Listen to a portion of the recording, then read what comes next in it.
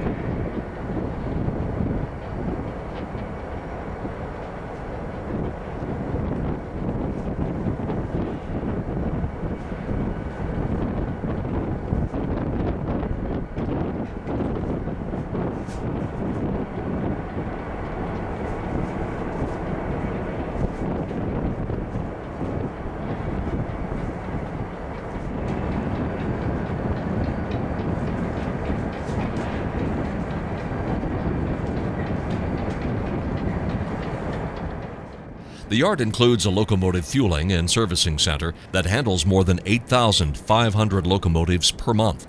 It also houses a locomotive repair shop that can repair up to 750 locomotives monthly, and a car repair facility that handles nearly 50 cars daily. The car repair shop replaces 10,000 pairs of wheels each year. The yard features an in-motion wheel defect detector developed by Union Pacific that uses ultrasound technology to inspect each wheel. It is the only detector like it in the world. UP has also developed a method for changing wheels in the field on empty westbound coal trains, which enables 3 workers to use a hydraulic jack under the couplers between 2 cars and exchange the trucks. This has reduced the time needed to replace trucks from up to 12 days to 8 to 12 minutes. Locomotives are serviced in a pit stop type facility staffed by 5 crew members that include an electrician, machinist, fireman, oiler, and car inspector. Locomotives are serviced in 45 minutes without detaching them from the trains.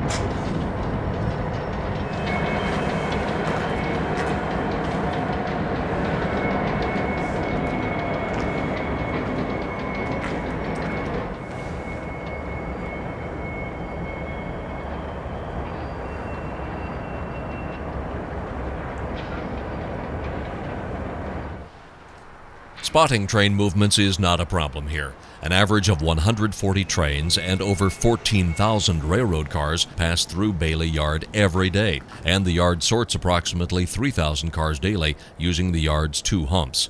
The eastbound hump is 34 feet tall, and the westbound hump is 20 feet high. These are used to sort 4 cars a minute into one of the 114 bowl tracks, which consist of 49 tracks for the westbound trains and 65 for eastbound. The bowl tracks are used to form trains headed for destinations across North America, including the east, west, and Gulf coasts of the United States, along with destinations to and from Canada and Mexico. Because of the enormous amount of products that pass through Bailey Yard, Union Pacific describes the yard as an economic barometer of America.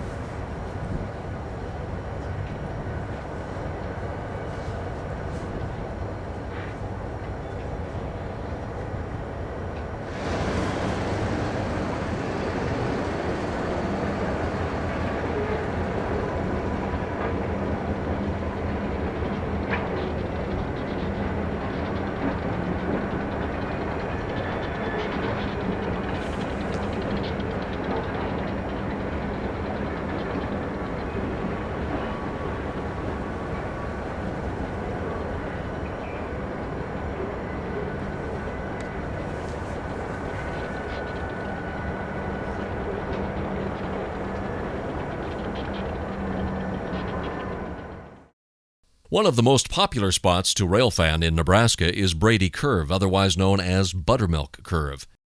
The spot is just east of Brady, which is east of North Platte. UP 8444 is westbound on the west end of the curve.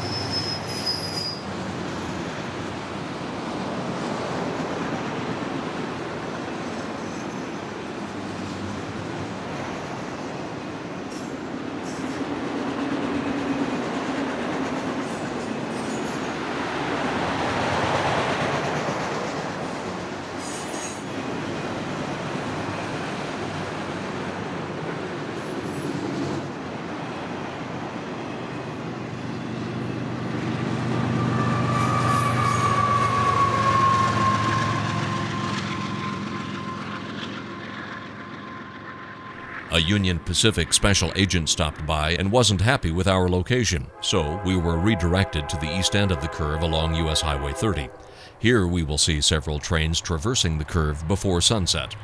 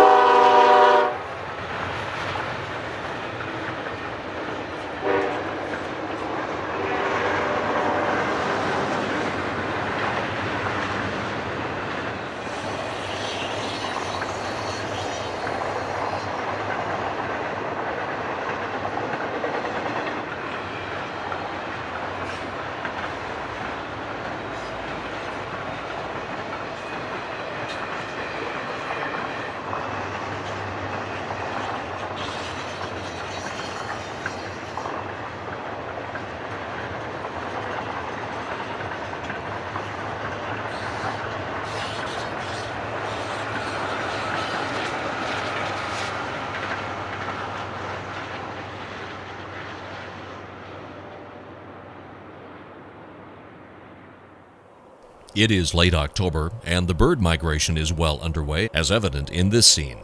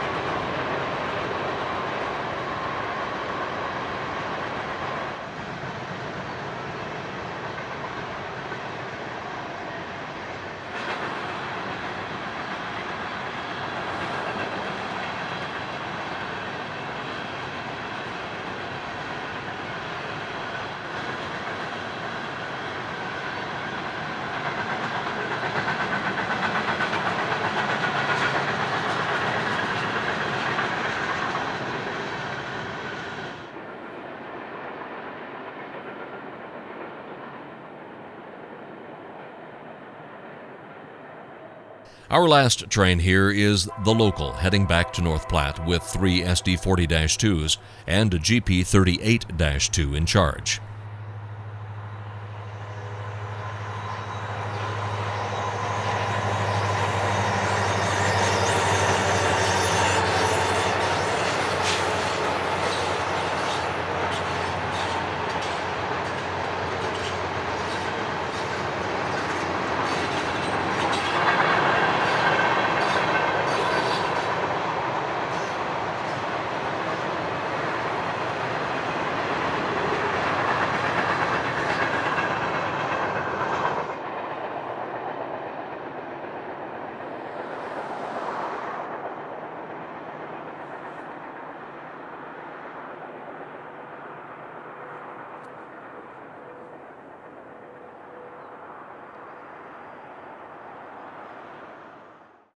Closing out our show, we travel a little beyond the Midwest to watch trains in the high mountains of Colorado at and near Moffat Tunnel.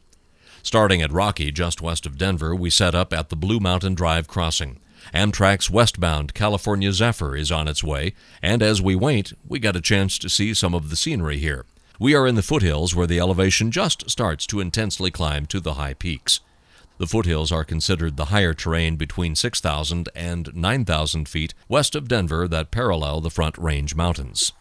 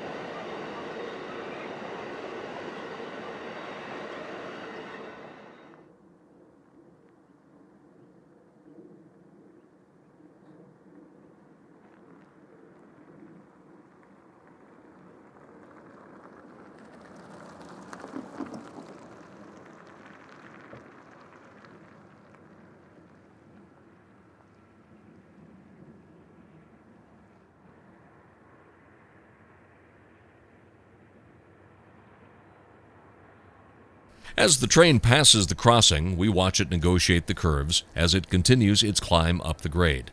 When the train goes out of sight, it will go through one of many tunnels between here and Moffat.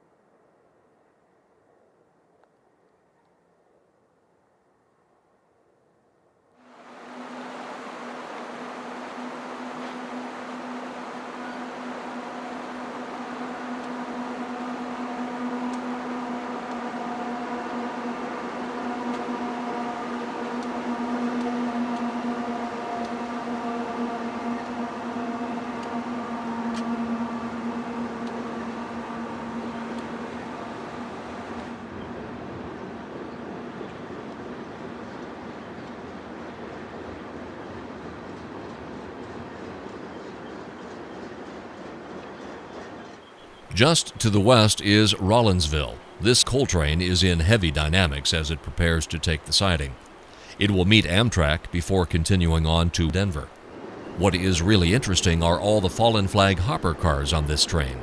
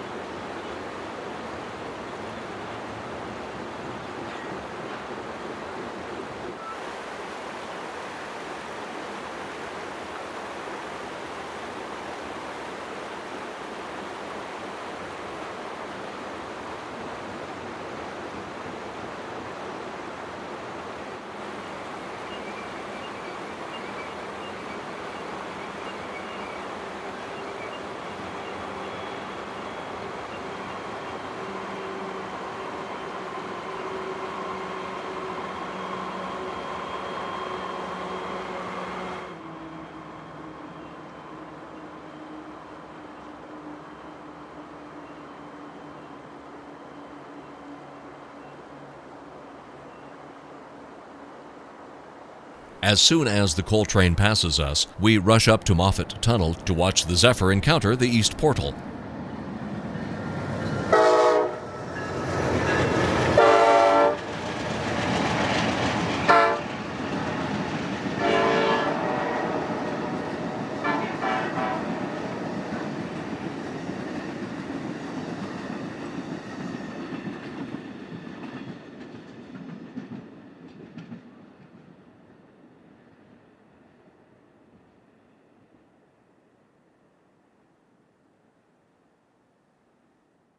Moffat Tunnel is a railroad and water tunnel that cuts through the Continental Divide in north-central Colorado.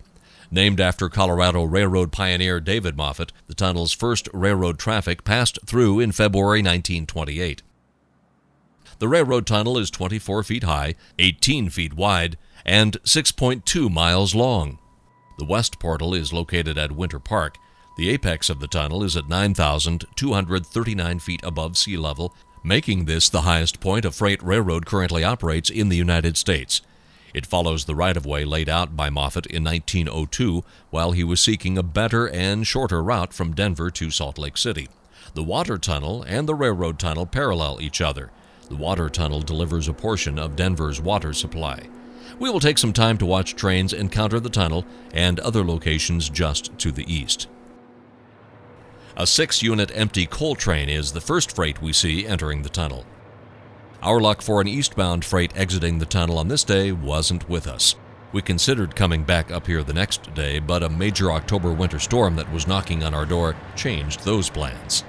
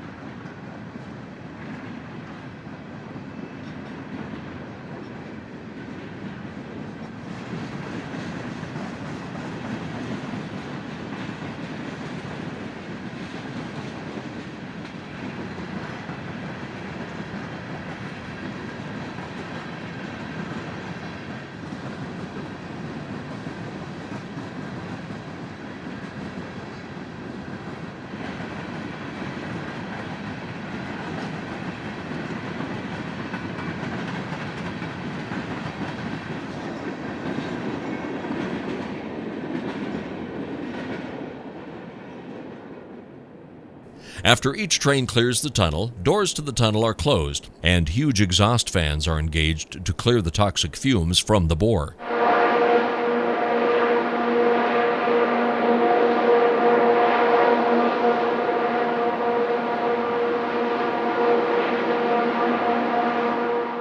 Once the coal train disappeared into the tunnel, we heard of a westbound Denver to Salt Lake City freight coming up the mountain, so we locate to the west end of Toland Siding to watch the train approach the apex of the Continental Divide.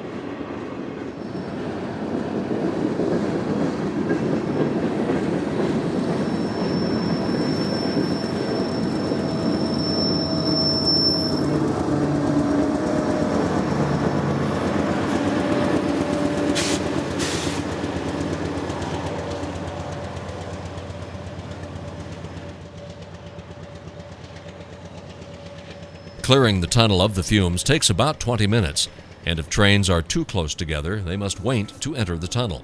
This gives us an opportunity to catch back up to the Roper Yard-bound train and watch it accelerate into the tunnel.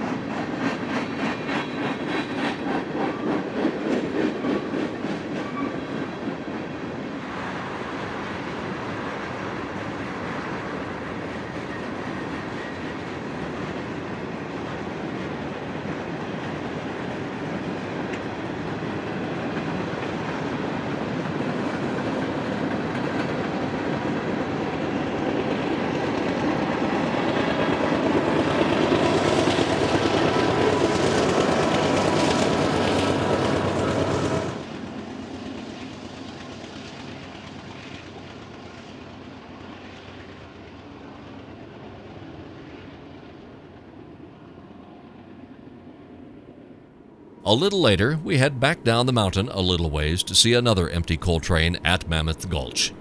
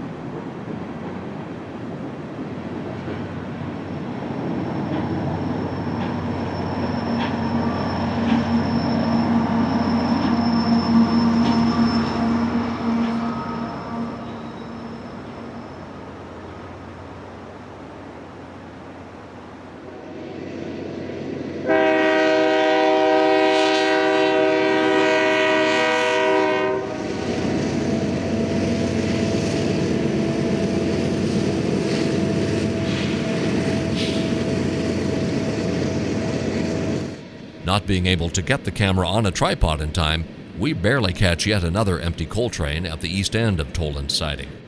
As you can see, the winter storm is now arriving with a light snowfall.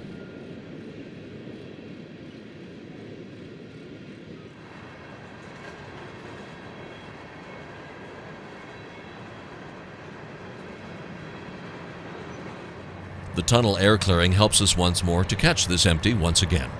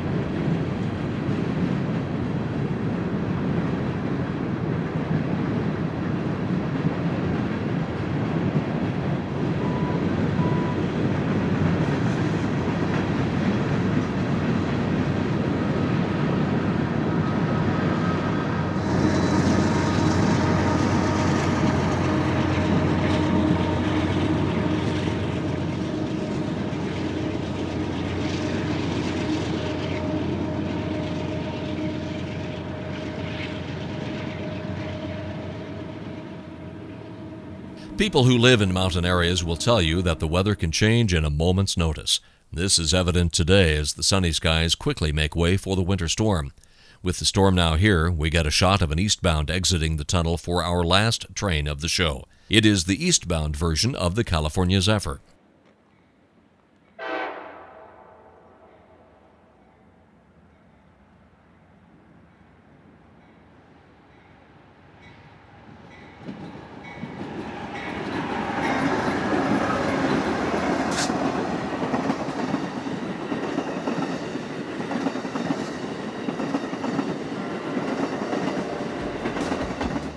We hope you enjoyed our tour of these fabulous Midwest and Rocky Mountain locations.